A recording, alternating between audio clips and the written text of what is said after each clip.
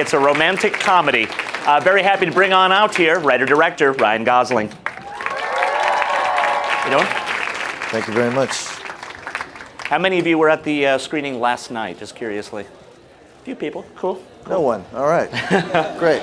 You know, this seeing this like alternate, very not safe for work trailer. It's darker. I like that. It doesn't really give too much away, and you know, I like for those who haven't yet seen the movie, if you can talk about what this dark fairy tale is all about.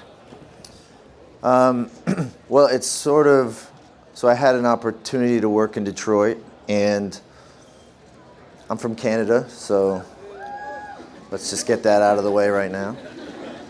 And I guess growing up in Canada, you know, Detroit was far enough away that I never got there, but it was close enough that I had like a, I guess like a crush on it or something. It just seemed like everything cool came from Detroit, you know, like Eminem and the Model T and, you know, Motor City, just the whole like iconic idea of the American dream. And when I got there, which was a few years ago, it's very different now. They were declaring bankruptcy. It's like 40 miles of abandoned buildings, a lot of, you know, houses burning, being torn down, turning off the power to the street lights.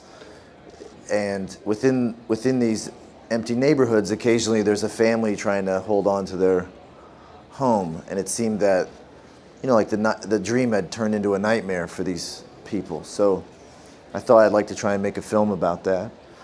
And then I thought this sort of fairy tale approach might be the best way to just make it more accessible to everyone, because it feels like, you know, there's lost rivers everywhere, not just in Detroit, and that's sort of what's happening to them is something that is specific to there, but also something that I wanted sort of everybody to be able to relate to. So we sort of gave it this fairy tale tone, and that's how the movie sort of began. You talked last night that you basically just started roaming with the red camera and basically started making a movie before you even knew you were going to be making a movie. I was wondering if you could talk a little bit about the creative itches that directing scratched for you that you don't ordinarily get working in film as an actor. Well, yeah, that's sort of how it started. That like. Well, it started with there were these Brewster projects, which are the projects where they call them the Motown projects, where the Supremes grew up, and they just have a great music history, and they're about to be torn down. And I thought, I thought I wanted to film them, so I got a red camera. I started shooting them, and then there's more like I heard about the Palace Theater, which is where the Stooges first played, and that was going to be torn down, and I started filming, and then after a year, I realized, I guess I'm shooting footage for a movie, and you know, I guess I'm making a movie. This is lonely. I should get some people here.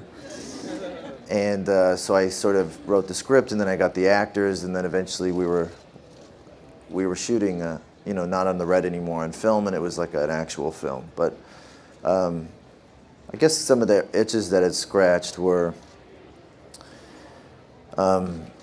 I guess it was like an opportunity to try some things out, you know, that you don't always get to try on every film. Like, for instance, you know, there's something very like surreal about what's happening there, but at the same time, it's also very real. And I wanted to try and make a film that like incorporated both of those elements. So part of what we tried to do was give it a heightened reality and a fairy tale tone, but also incorporate people from the neighborhoods to give it that sort of to bring the reality into the fantasy. And that was sort of the most fun. It was like sort of working with the non-actors and the actors and trying to balance those tones. How much, I mean, some of my favorite sequences are the ones that have locals just kind of roaming in there, and you really feel it. It has a different kind of energy right. when there's non-professionals mixing with actors. How much of it was made in the moment? How much did you rely on just the exploration of happy accidents and just kind of playing in this environment? I feel like it was kind of like a healthy balance of both, you know. We always tried to be open to what was going on, you know. For instance, if there was something like one of my favorite scenes in the movie is a scene with Matt Smith and this lady at a gas station, and what it was sort of like, this gas station was the only gas station for like 10 blocks where we were shooting, and I think they were selling something else at the gas station, that like people really wanted, and they didn't care that we were making a movie. They just, like had to get it. And so there was a real tension, because we were trying to shoot this film and people were really sort of upset that we were there. And at a certain point we thought, oh, just like let them in the scene, And so what happened was they started sort of interacting with the actors, and the actors were so, Matt, I think, did this amazing job of pulling this one woman whose name is Mama A into the scene, and they started dancing together, and it had this really, it was literally like the fantasy and the reality were sort of dancing with one another, so it felt like the kind of highlight of what we were trying to do. Mm-hmm. Did anybody participate in the Twitter conversation with Ryan earlier today? Or we're looking at Twitter. This is from Sandra Swan Queen. At Sandra Swan Queen asked, "What scene was the most difficult?" Okay, well, it was scenes, and they were the most difficult, but they also ended up being sort of, again, some of my favorite scenes, which was that the kid that we hired in our movie, this kid Landon, who plays the little boy in the film, turns out he doesn't like the camera, and he would get very upset and run away from it when he saw it, which makes it, difficult when you're trying to film a scene. But I loved him. He's such a special kid, and we thought, like, how do we? So I remember seeing on the making of the Animal Planet how when they, like, guys would wait for months just to get a shot of the bird coming out of the nest. And I thought, that's a long time to wait for a bird to come out of a nest, But when you see that shot, you're like, God damn, that's a beautiful shot of that bird coming out of the nest. So we adopted those tactics in a way. We sort of like put on long lenses and hid in the bushes. And at one point we hid under some laundry in his room. And so we didn't make him nervous. He was able to be natural. And we ended up getting some of the most, some of my favorite stuff in the film. It was kind of like what I heard it was like to work with Marlon Brando on Apocalypse Now, that he would just come in and do what he was going to do and then leave. So we called Landon Marlon. But so that was difficult, but in the end, it was like we took it as an opportunity, and in the end, it was like I feel like I'm so glad that we did it. He's amazing in the film. It's good to know, too, that you can use Animal Planet for, like, parenting tips down the road, too, if need be. Well, speaking of scenes, I think we're going to watch a clip from Lost River. Very good. Oh, man, Ben Mendelsohn is such a deviant in this film. He's so much fun to watch. I mean, they're all really fun to watch. We talked last night about how exciting it is when an actor becomes a filmmaker, because that they're going to already know what that experience is like on the other side of the camera. But I was wondering if we could talk maybe more practically about things that you've gleaned from other movie sets and how you were able to approach your actors to be able to get what you needed. Well, I think, one thing that I got from other movie sets was like this experience of working with some of these actors. Like, for instance, I got to work with Mendelsohn on a film called A Place Beyond the Pines. And, he would come to set with a boombox playing Run DMC and singing it like he was Al Jolson. And it was like, and then he'd put it down and do the scene, but there was this whole other side of him, this kind of like song and dance man, And so I thought, I kind of dog-eared it when we were working together, and I thought, like, if I ever make a film, I'd love to, like, write something for him where he could be a terrifying song and dance man, Or, for instance, I almost worked with Saoirse Ronan on a film, or, I got a chance to, like, rehearse with her, or I worked with Christina Hendricks, so, or like a lot of my crew came from other film sets, like, my first AD, my production designer, my costume designer. We all did a film called Half Nelson together, and we've since made like 5 or 6 movies, So they were all people, I kind of felt like George Clooney in Ocean's 11, where I got to pick, like my special team, and everyone was like a specialist in their field. But they also were all friends. I trusted them. It was a very small movie set, very like familial, like family homemade thing. So, and in my experience, that's kind of where you get the best results in the final product, anyways, if you sort of make things that way. Well, within that dream team, I was wondering if you could talk some about the aesthetics of it. I mean, this is a very visually arresting film. It's very dark. Obviously, there's some really macabre imagery in it as well. From script to screen, how did you approach all of that? Well, I guess I kind of wanted to, like when I first sent the script to my composer, he a few hours later he texted me and he said, "Dark Goonies, cool." And I was like, okay, good, he gets it, And I think that like Goonies and those early Amblin movies, just like the whole '80s sensibility of films that I grew up on, like you won't see Howard the Duck as a direct reference in the movie, but I mean, there was something very experimental. Do you like Howard the Duck? It's haunting. Awesome. Or Batteries Not Included, or Gremlins, or whatever. There was something happening then when I first started watching movies. There's something very kind of like experimental in all of that, and so I wanted the film to have that sensibility. And Secret of NIMH was a big influence, and so my storyboard artist was actually one of the animators on Secret of NIMH. And I also was a big fan of Benoit Debie. He's one of my favorite cinematographers. We shot on film. We shot all natural light. We shot with really fast lenses. So, like for instance, if a scene was lit by a TV, it was just really lit by the television, and because we wanted the film to be dark, and we wanted to find a way to sort of capture what was naturally beautiful about the environment, but also, not try and affect it too much. I think we have another question here from the Twitter conversation earlier. This is from @Ryan Gosling Love, LUV. I had to use LUV because LOVE was already taken. This isn't me. Hello, Ryan. That's my Twitter account, actually, so just sorry Hello, about that. Ryan. My question is simple. Why the name belladonna? It's the name of a toxic plant. Thanks. Well, simple. It's because it's the name of a toxic plant. And Barbara Steele, who plays belladonna in the film, the great Barbara Steele, she named herself, so I wasn't going to argue with her. That's incredible. When you're going into battle, as Samuel Fuller would say about filmmaking, there's just no way to know what's going to happen, what obstacles, speed bumps are going to come up. Was there anything that ever felt disastrous or near disastrous that you were able to overcome? Trying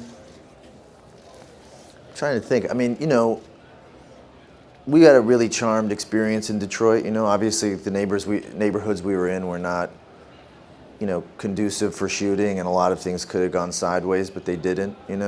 But I think more than anything, I mean, and this is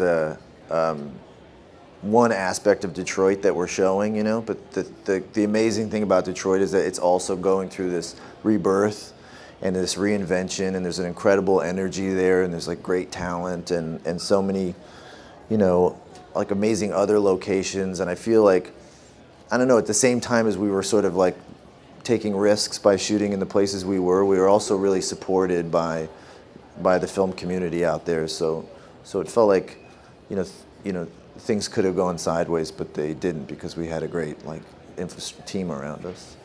It's very common for people to want to compare something to something else. This film looks like it's got this style or whatnot. But I was wondering if you could talk about some of your creative influences outside of film, if any. Well, I mean, again, I feel like the people that really influence your movie at the end of the day are the people you're working with. So like music was a big influence on this film. When I was going around Detroit and shooting on my own over the course of that year, I was listening to a lot of Johnny Jewel's music. And so, that affected how I was shooting and just the tone of what I was doing, and it became sort of cooked into the image from the beginning, I think, working, like Benoit's work is really inspiring to me, so to get to make this movie with him was like a big thrill, but so I don't know, those were influences, When working with an ensemble, obviously you already told the story about working with a child actor who didn't like the camera, but did you have to use any different styles to be able to talk to different actors, even if you had worked with them previously? Like different styles of directing? Sure. Not really, because the truth is that I hired everyone because I admire them and I trust them, and so for me it wasn't like directing them as much as it was letting them, fill in the characters and sort of tell me what they would and wouldn't do. I mean, I was there if they wanted to talk about something, but I feel like my job was to sort of create an environment and a space for them to sort of do their thing. It's like, for instance, and I feel like that worked for us, like Mendelssohn. There's an amazing scene at the end where he has this crazy, terrifying dance attack, and I didn't know what he was going to do, but I just sort of knew that with the space he would do something, and so he said, "Look, just set up the camera and I'm going to do my thing." And he came in and he put down his iPad and he put Kendrick Lamar's "Bad Bitches," and he started to do this terrifying dance routine that was like nothing I could have written, And so in that case, it's like you're glad you're not like trying to over direct. Last night I had asked you like what you had learned from this going forward, because you said you would like to make more films, but more important, what did you learn not to do? Did you have any rookie mistakes that you won't do again? I mean, there's tons of them. I don't want to highlight them. They're obvious. It's you don't know how to make a film until you make a film. Yeah. And so that's the hard part of your first film, is that you're learning as you go, but. You immediately, once you finish, just can't wait to get back in there and start sort of applying all the things that you learned. Come on, you can mention something that was maybe hard. I mean, you did it. You made a finished film. I mean, that's more than most can say. I mean, was there anything that, like, you can say, okay, I overcame that, but you may not have known going into it? Can you give me an example? I don't know, just something that when you're not sitting in the director's chair, when you only see it from the other side of the camera, you may not know that a director has to do X, Y, and Z. Were there any of those things that? Well, I was surprised that there's so much acting involved in directing. I mean, I was glad to have been an actor before, because you're constantly acting like there's not a problem, but there's always a problem. Everything's always going wrong, and you're always acting like it's fine and it's a part of the plan. So. I think an acting background is good in that. That was surprising. For those who haven't seen the film, one of my favorite set pieces is this club, this very, very morbid club. That's where you see Christina Hendricks tearing off her skin. I was wondering if you could talk a little bit about that, especially for those who haven't seen the movie and see what they're getting themselves into. That's a club that's sort of based on the Grand Guignol, which is was really like the birth of horror and splatter cinema. It was theater, but it was a place in the 1920s in Paris where they would put on these murder shows, these hyper-realistic sort of torture and murder shows. And there was a whole scene at that time, like the Hell Cafe and the Death Tavern, and this really macabre, dark murder entertainment scene. And so we use that a lot of that as inspiration. The facade of the club that's on the posters is like based on the front of the Hell Cafe. Mm-hmm. Writing, you already started shooting, so you kind of had a feel for, you had your lookbook in real time, but sitting down to actually write a script, how was that for you? Did it come naturally? Did you bang your head against the wall, somewhere in between? Yeah, it's lonely, and but the thing that you're hoping is that, I guess I had been there over the course of the year, and I knew set pieces that I wanted to use. Like, for instance, I shot the opening shot of the movie is this kind of a pan down from the ceiling to reveal this like dilapidated theater. That's the Palace Theater, I think, where I think it's called the Palace, but that was the theater where the Stooges first played, and I knew that I wanted to someday go back and finish that shot where the lead character would appear out of the hole in the stage, and which is another thing I learned from being there. That like a way that some people make money is they go around these empty buildings and they take all the copper and they strip these buildings of of the metal and sell it. So I knew I wanted my lead character to do that, and I knew that I wanted him to come out of that stage, and that's how I wanted to meet him. So then, and we did. A year later, we shot there's a year between those two shots in the movie, you know. But, so those sort of things informed the writing process, you know. It was good, I thought, to be there and to be in the environments and be able to write for specific locations, also because I knew that some of them were going to be torn down. So we wanted to hustle and we wanted to shoot in them before they were gone. What were you looking for in the location scouting? I mean, this is a very different side of Detroit than I'm used to seeing in movies. I mean, I feel like the the post-industrial squalor is certainly has a poetry to it, but there's still all this the green, the overrun greenery and whatnot. I mean, what were some of the things that really attracted you to want to put them on film?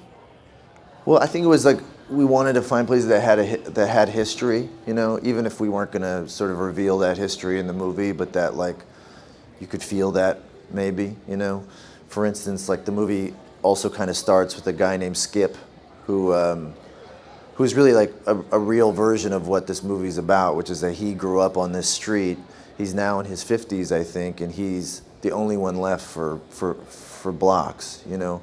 And he sort of wanders around in this street in a kind of a daze. You know, he feels like he feels like it's, you know, he's in some kind of Twilight Zone episode or something. You know, being a kid was just yesterday, and he can tell you about, you know, everything the way things used to be, you know, and who used to live there and what used to happen here. And when he's doing it, it almost becomes real. And there's like a weird daze that they get into when they talk about their neighborhoods, and we wanted to try and capture that feeling, you know. So we were looking for locations like that, for people that could kind of, also remembered the way that they were, you know. So it wasn't just specifically like the buildings; it was also just like finding connections to those buildings. Was there anything that you shot that you were sad to see not make it into the final film, like anything that just didn't work in the cohesive whole? Misty and Holly. There was these two girls that were walking by when we were shooting, and they were talking about their cat, Sagwa. He had just had babies. She had just had babies. And they were incredible, and I asked them to be in the movie, and they did this amazing scene where they talked about Sagwa. And then we met our lead character. It was another way to meet him. And for the 15 cuts, we tried to have them in the film, but at the end of the day, we had to focus on the story, you know. But there were so many great people that we met that we tried to incorporate, you know, that were just didn't make the final cut, but that hurt. You mentioned that this is that you got the band together. All your friends were working on this, people you've collaborated with. Could you maybe talk about some of the unsung heroes we haven't talked about? I really like the music, for instance, in the film. Thanks. Yeah, Johnny Jewel. You know, I had a kind of Kaiser Sose moment with him. I felt like Chaz Palminteri, and I realized that he was behind all these bands that I loved, and kind of uncredited. And we worked together. You know, I was again like listening to a lot of his music while I was shooting, and I think he does a beautiful job. You know, it has like that '80s sensibility, but it's like still I think his own sound. Do you listen to music when you're on set? We did on this film. You know, we listened to. I would play the actors Johnny's music just to, you know, try and get them into the. Also, it's like hard to be listening to the crew talk, you know, when you're trying to get ready for a scene. So we played some of his music. And what about anybody else in the cast and crew? You feel like really brought something that maybe doesn't get mentioned in these kinds of conversations? Well, like my friend Spaff, who was one of the animators on Secret of Nim. You know, he did all this kind of like, he helped me sort of conceptualize it in the beginning, and then. You know, he used to work for Disney as well. He drew like part of the Under the Sea sequence in Little Mermaid. He drew the opening title credits of Break-In. You know, kind of everything that like had some impact on me with a kid. He was involved in. So he did lots of things on the film. Like he built our set. You know, in the club that you were mentioning. We didn't have a lot of money on the movie, so you know we had to be like creative. And he made an entire set out of cardboard in 2 hours. And you would never know that. It was so beautiful. Or everybody chipped in on this film, which was nice. We all kind of did each other's jobs, and so yeah, everybody is in there. It's sometimes hard to talk about a film when people haven't necessarily seen it yet. I don't want to give away the pleasures that are in the movie. But you mentioned that like family movies, Amblin movies were a huge inspiration for this kind of thing. But certainly this is much darker than I remember those movies being. I'm curious what just attracts you to a darker sensibility, which I think is a through line in some of the roles that you choose as well.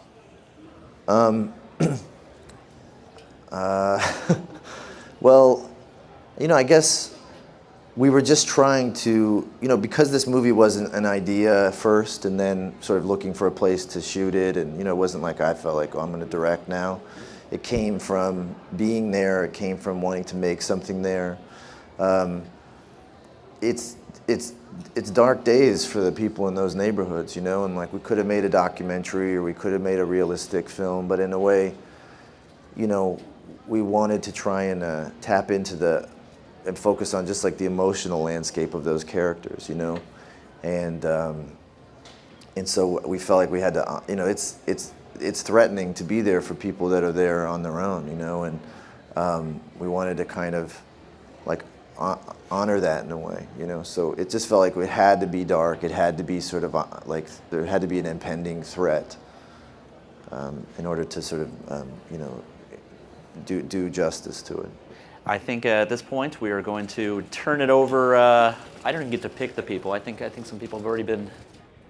Hey, I actually worked on the movie with you. I was an intern.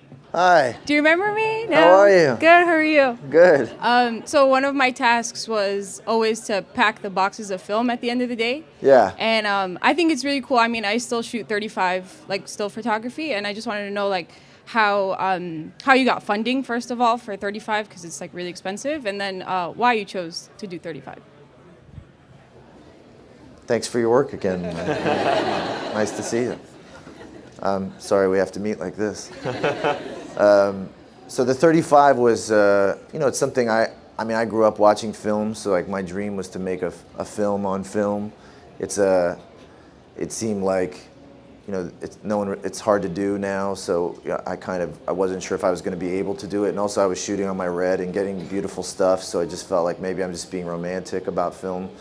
But then, my DP, Benoit, he's like film to the grave, and he was such an advocate for it that I felt like I had an ally there, and once I had that partner, we were able to kind of fight for it, And There is some digital stuff in there, right? yeah, it's a mix of the Red and I was and film. There's some rewatching the film GoPro. last night. I was looking for it, knowing that, and it was seamless to me. You can't really tell. I mean, you can tell, and I think. Well, anyway, I don't want to bore you. There's like difference between film and digital, but I'm glad we did it. On film, I felt like also film's kind of a dying thing, and we were trying to. I don't think it is dying, but it feels like it's on life support, and it felt like the right thing to shoot this movie on, given the subject matter. But I loved it, and I thought it had like. I'm really glad that we fought for it, But and in terms of like getting money for it, it all kind of worked out to be the same, Like they say it's more expensive, but I didn't really find that, you have to be more careful about how you use it. You can't shoot it. You can't be, you have to be really specific about what you shoot. But I think if you are, you can kind of work it. It works out to be the same. Hey Ryan, since the film came out, a lot of people have been noticing that a lot of the shots are inspired by like David Lynch, Dario Argento, and Terrence Malick. Are there any filmmakers in particular you're trying to emulate in a sense? And what do you think is really important as a means of finding your voice as a filmmaker to stand out on your own while also emulating? We weren't trying to reference any other filmmakers in the movie, I was drinking a lot of David Lynch coffee at the time. That might have had an impact, I feel like people talk in references nowadays. It's just the way that you talk about things. Even when you want to get a movie made, you can't get it made unless you say it's like this meets that, or a band comes out and they go, it's like this, it's that band and this band, and you have to kind of make a few films before people let that go and they stop referencing you to other people. You know, it's certainly not something that we talked about. You know, and I think that would be something that's very hard to do in reality. It's more like something that if you haven't made a movie, you think that's the way it works, but when you make one, you know, the environment that you're shooting in, the people that you're working with, like those are the things that really dictate what the style becomes, you know? Like my DP, Benoit, you know, he was the biggest influence on the aesthetic of the movie, you know? But I think in terms of finding your own voice, you know, you have to make films to find that, you know? And, you know, film is a language that you learn from other filmmakers. That's how you learn to speak it, you know? You know, I always grew up listening to like Spielberg talk about Kurosawa and how he was trying to make Kurosawa movies in the beginning, and you know, they all do that. And I think that's kind of what's great about it, you know, that it's like a language. Hi, Ryan. How are you? Good, how you doing? Did you have any, as a director, any biases or sensibilities towards your actors since you have such a past as an actor? What do you mean by biases? Like, if you had certain ways of working with them or understandings of them that were different than, you know, other directors in the ways you personally worked with them or understood their technique. Right. I think I know what you mean. Well, a lot of them I had worked with before, so I kind of knew how they worked. You know, I had such a good experience with them. I wanted to work with them again, and I felt like I knew what they were capable of. I also felt like I was able to see a side of them off camera, you know, that I hadn't seen in their work, you know. So I thought I'd like to find a way to highlight that or give them a chance to show that side of themselves. And then there were other actors that I hadn't worked with that I didn't know what the hell to do. Like, for instance, Matt Smith, you know. One day I heard his voice on the TV. It was Doctor Who. And he was doing an episode where he had a microphone and he was, you know, just like telling all these spaceships the way it was going to be. And he was just, you know, like doing it like a boss, you know, just, you know, literally ruling the universe from a microphone. And I thought, I know as an actor that's a hard scene because I'm pretty sure those spaceships weren't there, you know. But my God, you know, you would never know it from his performance. And I thought, this guy is incredible. That's so hard. He's making it look so easy. I got to work with him. And then he got on set, you know, and he, you know, it was like as a first-time director, having never fired a gun, and then someone hands you a machine gun. You know, he just is a cruise missile, and he's like such a powerful talent that I didn't really know, you know, how to direct him. So I decided, like, not really to try, you know, just to let him kind of do his thing. And I think he created a really amazing, like, character. I've never seen this character in a movie, so it really worked out in that case. I want to sneak one in here real quick, kind of bridging those two last questions. Were there any specific tips that you learned from filmmakers that you worked with that you were able to apply on set? Things that, like, you know, I understand why such and such asked me or collaborated with me in this way, and you were able to use yourself? Yeah, I mean, I guess the thing is that, like, the filmmakers that I've had a great experience with kind of, they treated it like a collaboration, you know, not like a dictatorship, you know. And I felt like that makes you want to, you know, give more of yourself to their project, you know, because they're treating you like an equal, you know. And so I feel like that was like a good, you know, that was a good thing to sort of, that was a good, you know, way to handle it, you know, that you know, it's kind of like best idea wins, you know, and if everybody feels like their ideas are being kind of like heard and respected, then everyone's personally invested in your movie, and you get, like, you know, you get the best of everyone. Hi, so I had a question about the title sequence design. So even just in that clip, it was really beautifully done, and I know it's really important in setting the tone of the movie, but I was curious as to whose idea that was and how you guys came about deciding on how to do that. Which part, like the fonts, or just Well, like, even just the fonts as well as just how it was like set up and like really eerily and everything Okay. like that. Yeah. That was just something that, we made an initial trailer. So there's, I don't know how to like be. We made an initial trailer that was sort of meant to sort of give a broad, a sense of the story, But then it didn't necessarily capture the tone, It gave you a sense of what the movie was about, but it didn't we felt like lay out how it felt. So we did this second one because we wanted to sort of show the other side of the movie, And that was just something that I cut with my editor, as opposed to the other piece, which was like more from a trailer house company, But I think they work well together, And in terms of font, like it's hard because it sort of really defines your movie, and you can really kind of stress out over what every little bit means, So at a certain point, you just have to kind of let go. But that's on fonts.com, and it's called Dead Man's Curve. You're all welcome to use it if you like it. Hi.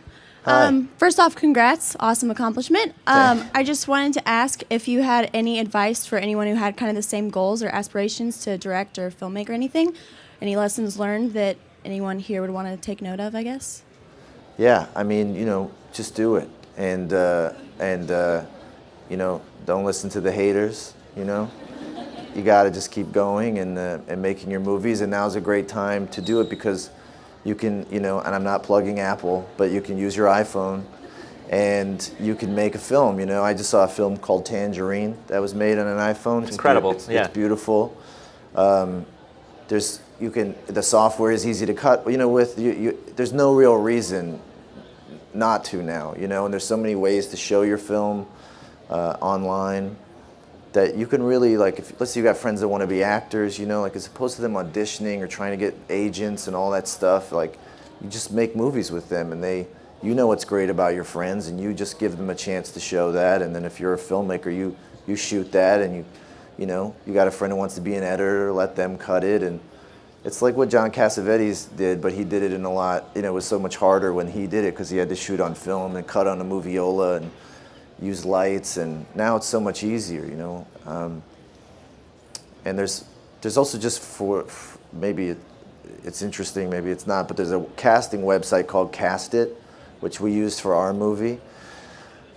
Well, just for certain characters, but you don't have to have an agent to audition on this site, and I thought that's how I found my lead character, Ian, on this site. He does have an agent, but he also had put this up on Cast It, and it's just a great website because if you're a filmmaker or you want to make something, you can see your movie 100 different ways, and it's from just regular people filming themselves in their home or whatever. Maybe they make a short film out of it, but you get to see your project in 100 different incarnations, and it helps you to understand, what you're making because these people have given you all these options of ways to see it. But it's also a great way to bypass the system and having to get an agent and get auditions and all of that. So I would recommend that website too if you want to make a film. Well, that's unfortunately all the time we have left, but thank you all so much for coming out. Thank you all very Lost much. River is playing in theaters. It's on iTunes, VOD, etc. Once again, Ryan Gosling.